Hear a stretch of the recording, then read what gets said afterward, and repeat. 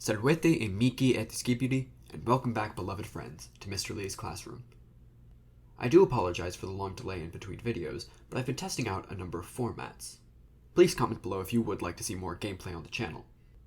As I was writing this video, actually, friend of the channel Whisperbird continued her series on the Valandians, for which I have a video discussing, and took a surprise turn to support the Aserai. I thought I'd use the opportunity to talk about the Aserai and their historical inspirations. Now, they are quite clearly inspired by the various tribes of the pre-Islamic Arabian Peninsula. Famous examples of these tribes are the Nabateans, who built the structures of Petra in modern-day Jordan, and the fractious Ghassanids and Lakhmids. Architecturally, Aserai cities have a heavy Arabic and African influence, as seen in their sandstone homes and fortifications. An interesting detail is that the merlons of Aserai castle walls appear rounded, as they were in Islamic cultures. Another detail is Aserai's love of genealogy. Aserai houses take pride in tracing their lineage all the way back to their mythical founder, Aser, and each clan of the Aserai has a historical patriarch that the clan is named for.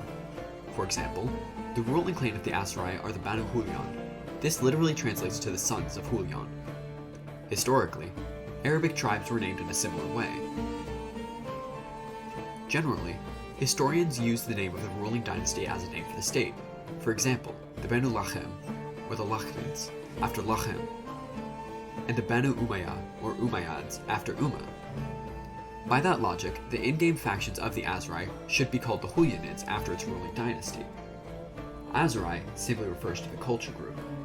Aserai history also mirrors pre-Islamic Arabic history, particularly its relationship with the empire.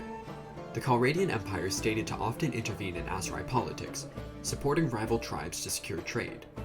They generally avoid direct military intervention into the army-consuming Nahasa. This mirrors the Roman Empire's support of client states in Arabia.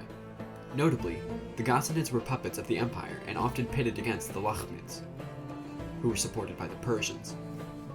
There are two minor factions of the Aserai, the Jawal and the Ghilman. The Jawal are a nomadic people that reflect the Bedouin, a term used for the migratory tribes of the Arabian desert. The term Bedouin is not necessarily an ethnic term, but it is one that describes a lifestyle. The Ghilman are very interesting because the term itself is rather generic. Generally, Ghilman and Mamluk, another term used in the game, both refer to a kind of slave soldier prevalent in Islamic society. Mamluks generally guarded the Sultan, and in fact, they even on one occasion seized control of the state and formed their own Mamluk empire. I was unable to verify the existence of Mamluks and Ghilman in pre-Islamic Arabia, but it can be inferred that the practice was borrowed from tribal culture. There are a lot of seeming anachronisms within the Aserai. As I stated, the Mamluks have no real evidence for their existence in pre-Islamic Arabia, and the Aserai use Sultan or Sultan to refer to their ruler, which is generally a Muslim and not an Arabian term. Arabians would likely call their king Malik. This being said, this is the sort of anachronism that I can get behind for the sole reason that it fleshes out the faction.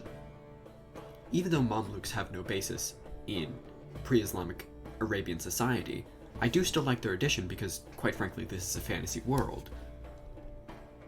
It's obvious that the creators of Mount & Blade Bannerlord did their research when creating this faction, and I very much appreciate it.